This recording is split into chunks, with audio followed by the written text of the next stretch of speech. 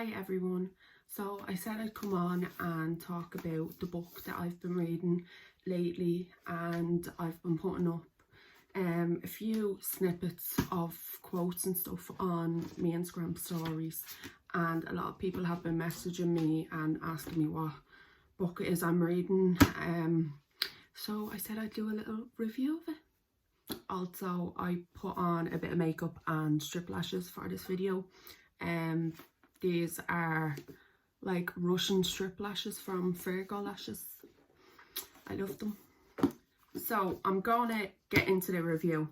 So the book I've been reading is Good Vibes, Good Life by Vex King. It took me a few weeks to read this, mainly because like if stuff came up I obviously wasn't reading, and I like to kind of take me time with stuff like books like this, because like I like to absorb all the information, and there was a lot of good points in the book, so I didn't want to just cram it all into my head. I wanted to like really think about it, you know. So basically Vex King would describe himself as a mind coach. So basically he's just trying to spread a message on how to like practice self-love and how to raise your vibration and basically good vibes. Like, so that's what he does, and that is the purpose of this book. I didn't know much about this book before I actually got it. I just heard some good reviews of it, so I decided to give it a bash. I'm all about good vibes, so like the title just sold it for me. And obviously the word vibe is short for vibration, and it kind of goes into that. So basically it's kind of like the law of attraction. This is what the book is based on, that like the vibration that you're on, you will attract similar on the same vibration as you.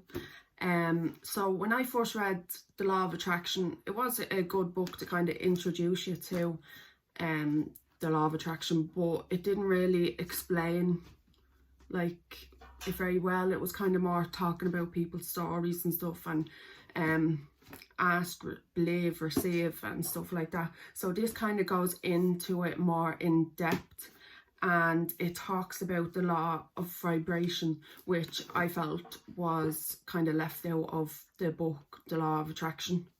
So basically the law of vibration in simple terms is everything is on a vibration. So you could be either on a high vibration or a low vibration, and that means that you're going to attract more of what is on that vibration. So if I'm on a low vibration, I'm going to attract things that are also on a low vibration, and vice versa. If I'm like feeling good and I'm positive, optimistic, I'm going to be on a high vibration and I'm going to attract better things, because obviously good things are on a high vibration.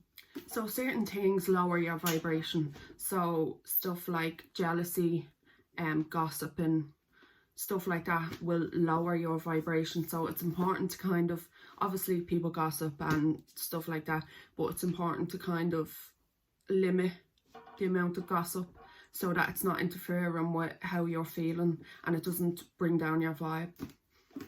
And stuff that higher your vibration then would be self-love. Meditation is a great one. Exercise and working out, laughing, listening to music, spending time with people who are also on a high vibration. So people that you see are like happy, cheerful, living their best life. Just kind of, once you kind of stick around them, their vibe kind of starts to rub off on you too. And that's not to say, like the book goes into it more in depth, but that's not to say that if something bad happens, you shouldn't be sad, or you should remain positive, because obviously we're all human, we're not robots. So like you are gonna have your days where you feel bad, but it's just important to let yourself feel them emotions and then just pick yourself back up and carry on and try and be the best you can be. And like a big thing with being on a high vibration, low vibration is obviously the people you surround yourself with as well. So it's important to like stay away from people who are like bringing down your vibe. Like, you know, like, have you ever been around people that would like suck the energy out of you? Like, it's important to kind of stay away from those type of people, and not in a nasty way, just like try and limit your time with them and be around like-minded people that are like ambitious, happy, like living life and, you know, laugh. And like, it's important to surround yourself with people like that, so that maybe it can rub off on you if you are feeling low.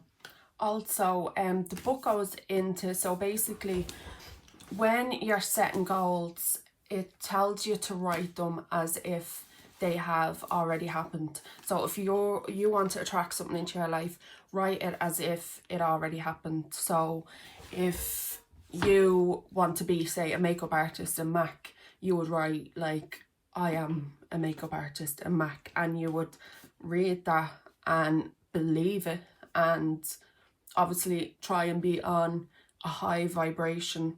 So whether it's you're meditating, you're practicing self-love, you're reading, exercising, laughing, listening to good music, surrounding yourself with good people, and then you will either manifest it or you won't. And it kind of goes into, obviously every single goal that you have, you're not going to manifest, and it's kind of like the universe's way of telling you that this particular thing isn't right for you. And you might see it at the time as, oh my god, I'm devastated, I didn't get this. But really, when you look back in whatever amount of time, you'll see that like it was actually perfect that you didn't get it, because something else came along down the line.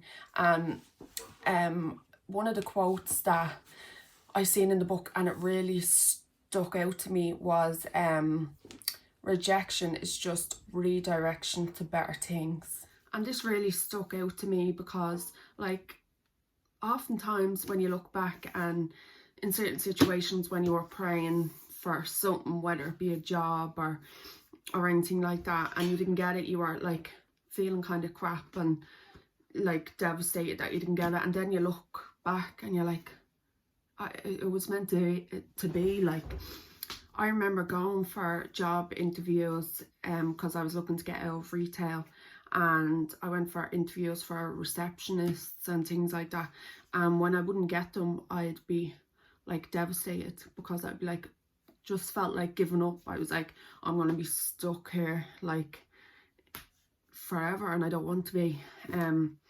But then I worked hard and I got the job that I'm in now, and I absolutely love it. Like, I feel like I'm meant to be in this job, like I was meant to get it. So it kind of makes you realize that just because you wish for it doesn't mean that it's necessarily for you. You like to think it's for you and think that it's the best thing for you, but sometimes it's not. And I do think that things happen for a reason, and yeah, the universe just guides us in the right direction.